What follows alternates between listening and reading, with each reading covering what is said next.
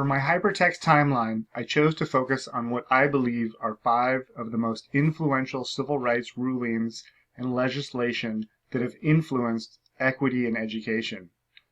As an aspiring administrator, I am charged with providing equitable outcomes for all students, specifically historically underserved populations.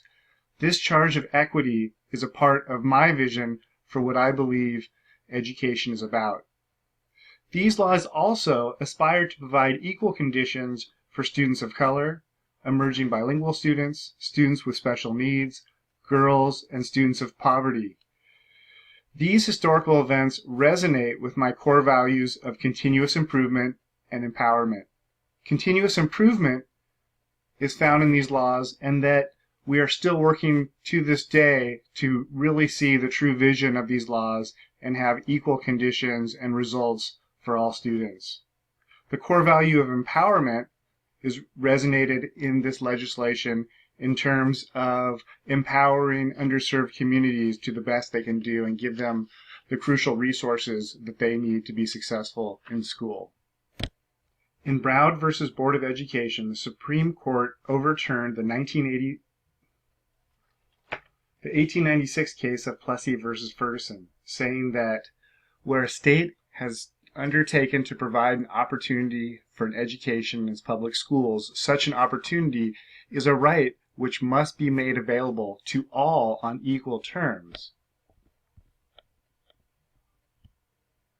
Further stating, segregation of white and Negro children in the public schools of a state solely on the basis of race, pursuant to state laws permitting or requiring such segregation, denies to Negro children the equal protection of the laws guaranteed by the 14th Amendment, even though the physical facilities and other tangible factors of white and Negro schools may be equal.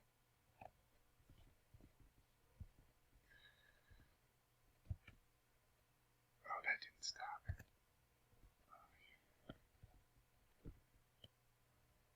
This new law began the process of integration of our schools. As I was growing up in Portland in the 1970s, I attended Humboldt Elementary as part of integration of Portland schools. So on a personal level, this case had a direct impact to my childhood and impacted my view of the world and vision for equity in education. This law not only empowered students of color, but also empowered white students like myself to be able to learn in a more equal setting and learn from all of my peers. This case set the precedent for up until today, where in education we're working towards integration and equal outcomes for all students, regardless of race. This case was also a precursor to civil rights legislation that impact many parts of American life. One of those being the 1965 Elementary and Secondary Education Act, ESEA, signed by President Lyndon Johnson. ESEA supported students from low-income families and built off the spirit of the 1954 Brown versus Board of Education ruling by committing as a federal government to equal opportunities for all students. It is known as the National Education Law and resonates with my core value of continuous improvement.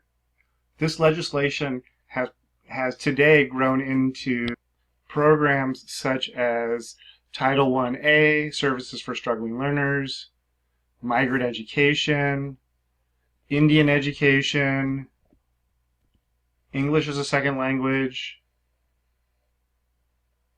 Homeless Education, Head Start. This legislation fits in with my core value of continuous improvement, and that we recognize the need for extra support to provide equity to students who have historically not done well in education. And we know that from the data over the past 50 years of this, since this law was first passed. The next influential federal legislation I want to look at is Title IX of the Education Amendments of 1972.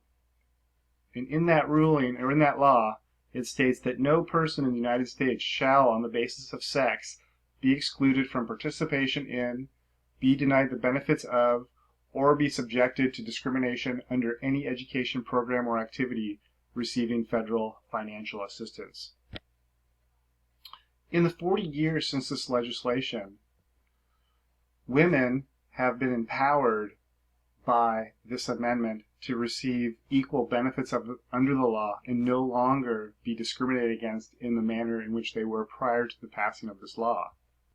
While the disparities for women are less so than for men in education today than they were in 1972, it is a reminder to me to still be vigilant and look for areas where I may have bias as an educator and continuously improve to provide equity for all students and not make assumptions about what they can and cannot do. In my personal life, I know from my mom's own history how she was treated in education. Being born in 1939, when she went to school, she was tracked into becoming a librarian, professions and advanced degrees that were considered suitable for women. And I know that a few years later, women began to have more and more opportunities that they were not afforded prior to that. So, as a society, this legislation has empowered groups, such as women, to make strides and have equal benefits under the law to become successful in education. In the 1974 Supreme Court ruling of Lau versus Nichols, the Supreme Court ruled that there is no equality of treatment merely by providing students with the same facilities, textbooks, teachers, and curriculum for students who do not understand English are effectively foreclosed from any meaningful education. This ruling set into place supports for students who were not first language speakers of English, including bilingual education and what is known as English as a second language, or English language development.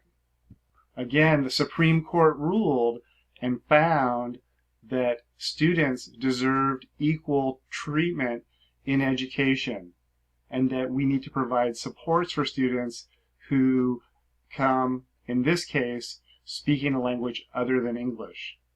So we are charged as educators to, moreover, the spirit of this law is in line, if we go back in history, to 1954, where Brown and Board versus Education said that separately is inherently not equal, and that in 1965, the federal government passed legislation known as the Elementary and Education Secondary Act to provide supports for students who needed extra supports based on historically not being treated equal.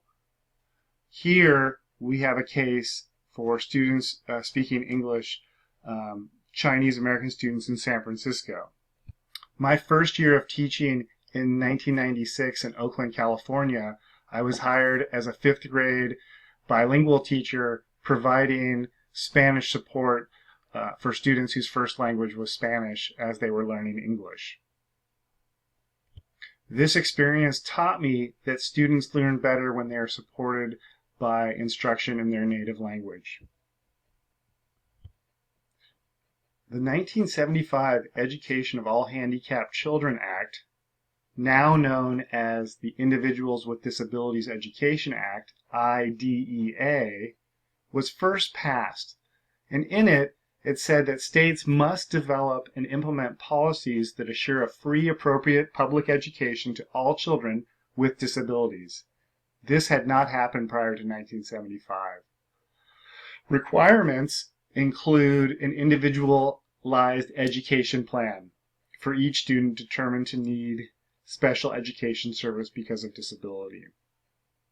My son Lee has autism, and I can only imagine what it would have been like for him to have grown up with autism prior to 1975, as this law aspired to provide equal supports for students with disabilities. Over time, this law has changed and been reauthorized to provide more supports for students with special needs, including